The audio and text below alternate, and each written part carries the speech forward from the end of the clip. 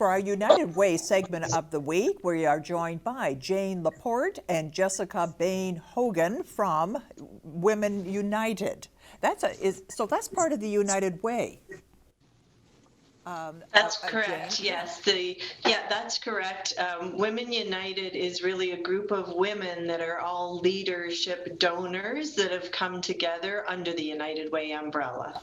And Jessica, who are these women that belong to this? Are they professionals, or what sort of women join Women United?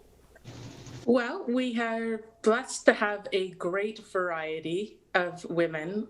They are all leaders.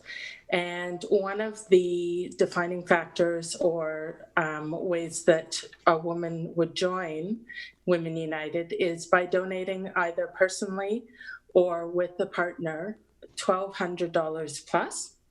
The information, of course, is accessible to everyone and available, and we look forward to sharing the messages that we are able to collaborate with. Okay, Jane, so the money goes into the regular fundraising coffers of the United Way, or is it earmarked for a special project? No, it goes into the general campaign, any money that is raised. The United Way has sort of different groupings. There can be workplace ways that you can contribute. There's a retirees group. And so Women United is just really another grouping of people that come together. What we have found over time is women are really interested in being educated about where their donor dollars are going. And Women United is really a platform that allows us to educate these women who have a real interest in learning about their community, about the member agencies, and about the different things that are happening in Kingston. So, Jessica, there's some agencies that the United Way supports, and they're really geared to women. What are some of those that would appeal to Women United? An example of that might be Dress for Success, which works towards empowering women who are re-entering the workforce. We had them on our show last year. Yes, they're a wonderful organization that we're affiliated with. Of course, one of the topics we discussed this year was food security. And so we were fortunate to have several agencies come and speak to us. And two of our speakers were women who are executive directors and such. So I think, it isn't restricted to just issues that pertain to women, but there is definitely a focus on that. You know, Jane, this past year has been particularly hard on women, and it's coming through more and more. The pandemic affected them in adverse ways more than it did men. How has the United Way addressed that? Well, at the Women United committee level, what we've done is we host events. So we have typically 3 or 4 events every year. This year, because we couldn't all come together, we've had to do it on the Zoom platform. And we were really looking at areas that were specific to women, but also families. So the most recent one we've done, and all of these are recorded and available to be viewed on the United Way website. The most recent one we did was on food security in Kingston. So that is definitely impacting women. We do know that, but it also impacts families at a really large scale right now in Kingston. If you had a crystal ball, if you could say, let's look into the future when there is no more food security, what needs to happen so this is no longer an issue? Well, that's a really good question, Jessica. I don't know if you want to chime in. In my view, it's really looking sort of at the agency level. They're the experts in the field, and we at our level aren't trying to determine what kind of programming is happening. We provide them the dollars, and they're really the experts in their individual areas to know how we can affect this kind of change. But they do come when they present to us and they say, we see a world where there isn't violence against women, where there isn't food insecurity, that they're the ones that bring us the hope that all of this is possible.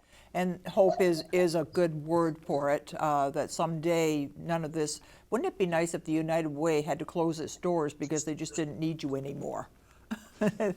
I'm not holding my breath, but isn't that, yeah, it's a thought. It's a thought, yeah. So, Jessica, under normal times when people can actually get together, what would the program be for you, Women United? What sort of things, events do you have? So if someone said, that really sounds interesting to me and I'm in a leadership position, I would like to take part in that. So let's say everybody is safe to get together again. What was your programming like? I would say the content of our programming is very similar, both in the virtual reality and in our when we're able to get together.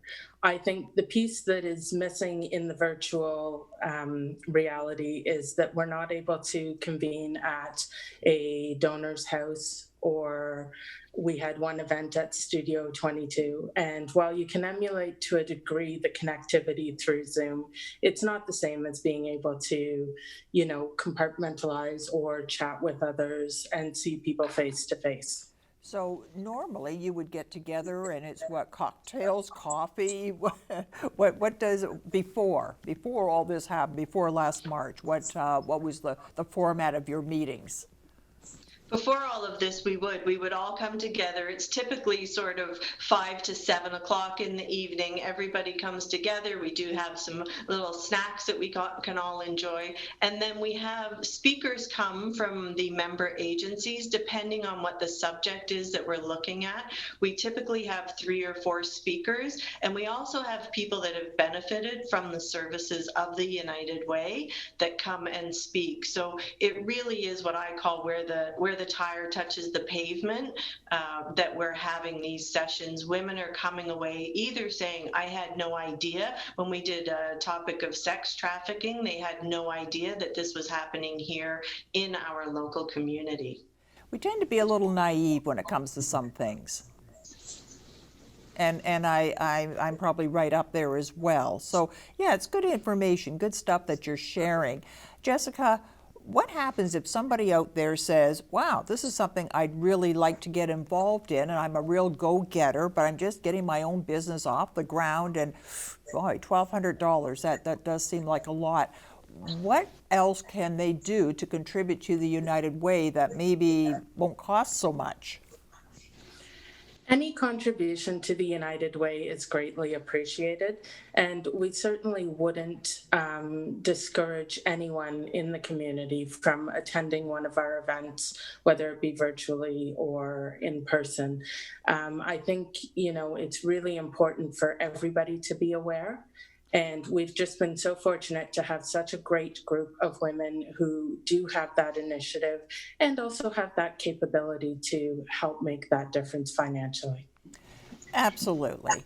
Well, it's a wonderful segment of the United Way, and continued success with it. And thank you so much for being with us today. Thank you so much for having us and giving us the opportunity to discuss Women United. Thanks, Donna. It's been a pleasure.